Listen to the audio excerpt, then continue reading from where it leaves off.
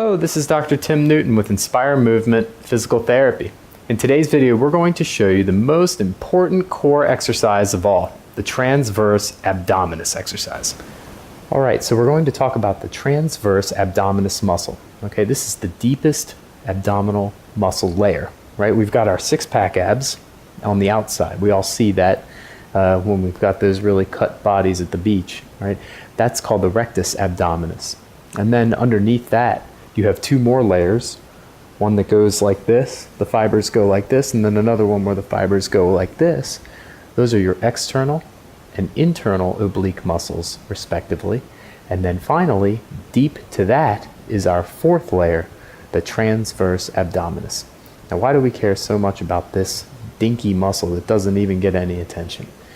Because it is attached to so many things, and it is such an important stabilizer of the spine.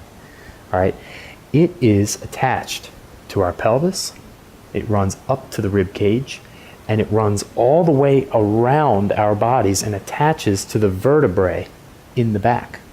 And it wraps all the way around like Mother Nature's corset, okay? And when it is firing appropriately with our day-to-day movements, it keeps the spine stabilized, and it keeps those vertebrae that are stacked up on top of one another from moving and shearing around too much. So this is very, very important to have active.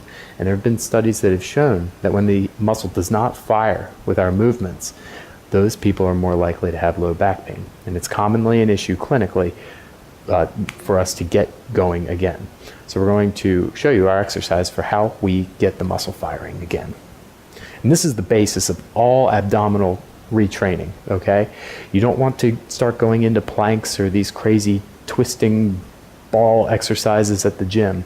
Start with this, make sure you've got it right first before you progress to anything more aggressive. This is your foundation, okay? So first we need to know where this muscle is so we can kind of feel what we're doing.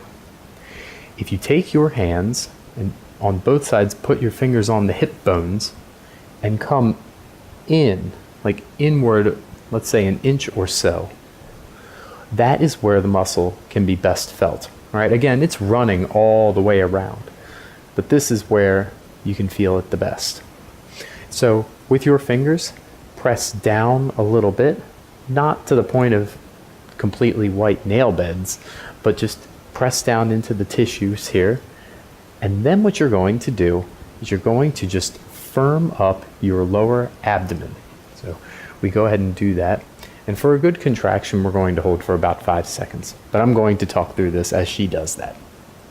What she is feeling for under her fingers is a rising up, a tensing that kind of puts a little bit of pressure into her fingers. All right? Some people refer to it as drawing the belly button in, but you're making sure that you're not sucking it in, okay?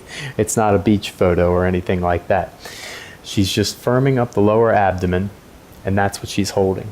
She wants to still have a good breath. She shouldn't be holding her breath while she does this, all right? So she's really trying to get activity down in here and isolate that, all right?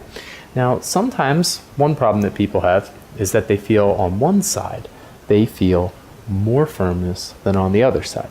And the best that you can do with this is to try to direct your attention to the side that doesn't seem to be activating and kicking in quite as well. Try to get it to contract a little bit harder. Sometimes it's an attention issue. So try to get symmetry with this muscle. If you're still having trouble getting things to kick in or having trouble on both sides, one thing that can be really helpful is including a pelvic floor contraction. All right, now we're not going to do it yet, but what we want to make sure is that we're not rocking back when we do this. A pelvic floor contraction is a drawing up of everything underneath, all right? You're drawing up and tensing up everything, and it's kind of moving toward your head, all right? That's why we say drawing up. When you do that, so relax all the muscles to start. When you do that pelvic floor contraction, you're going to feel a little bit of activity right where you're palpating for the transverse abdominis muscle, all right? It is a built-in reflex. These muscles both fire together.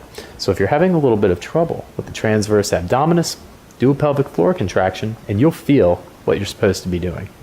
And then what you can do is just keep holding that pelvic floor contraction underneath, and then on top, you got a little bit of tension just by contracting the pelvic floor.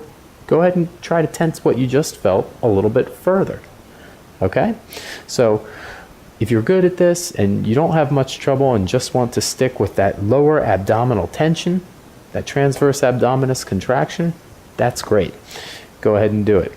But if you're having a little more trouble or want a little more activity and effort and a challenge, draw up the pelvic floor, hold that, and then contract the transverse abdominis on top of it. Stack them on top of one another.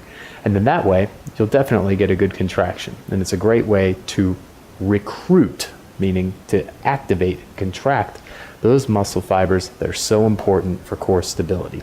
This is step one. This is the foundation. You got to have this right before you move on. So I encourage you to add this into the daily routine. All right, everybody, thank you for watching. That was the transverse abdominis exercise that is so important for core stability. Leave us your questions and your comments below, subscribe and give us a like, and for more related material, don't forget to check out our website, marylandmanualtherapy.com. Thanks, and have an inspired day.